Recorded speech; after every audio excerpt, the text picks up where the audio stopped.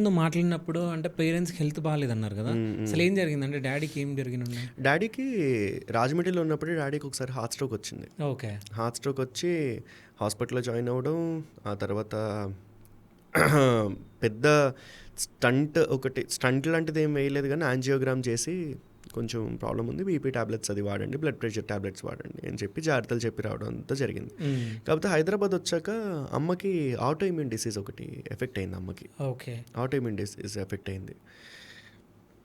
దానివల్ల ఏంటి అంటే నాకు నాటా స్టేట్ ర్యాంక్ వచ్చింది. ఓకే. స్టేట్ టాపర్ నేను NATA exam. AEEE all India rank వచ్చింది నాకు. ఓకే. ఆల్ ఇండియా ర్యాంక్ వచ్చింది. ఢిల్లీలో సీట్ వచ్చింది నాకు, school of planning and architecture Delhi. Okay. IIT rank వచ్చింది, అన్నీ వచ్చాయి.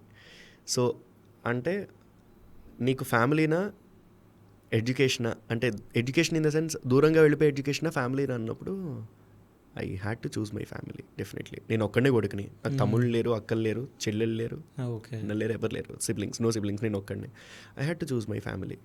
సో అమ్మ వాళ్ళని చూస్ చేసుకుని నేను ఇక్కడ ఉండటం జరిగింది. ఇక్కడ కాలేజ్లో, ఇక్కడ ఆర్కిటెక్చర్ కాలేజ్లో వచ్చింది. ఒకసారి ఒక కాలేజ్లో చదివాను, అక్కడి నుంచి ఒక సెమిస్టర్ కాలేజ్లో చదివి ఇంకొకసారి ఇంకో దానికి వెళ్ళి షిఫ్ట్ అయ్యి.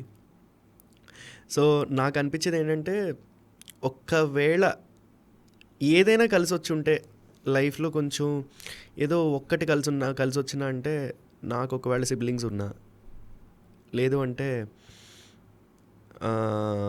ప్రాబబ్లీ అమ్మ వాళ్ళ హెల్త్ కొంచెం బాగున్నా, ఏమైనా ఒకవేళ ఇలాంటిది ఏమైనా కొంచెం కలిసి వచ్చి ఉంటే ఐ వుడ్ హ్యావ్ స్టడీడ్ కొంచెం మంచి కాలేజ్లో, పెద్ద కాలేజ్లో చదివి ఉండేవాడిని కదా. అసలు ఎక్కడో ఉంటుండే నాకు తెలిసి అసలు అనిపించింది.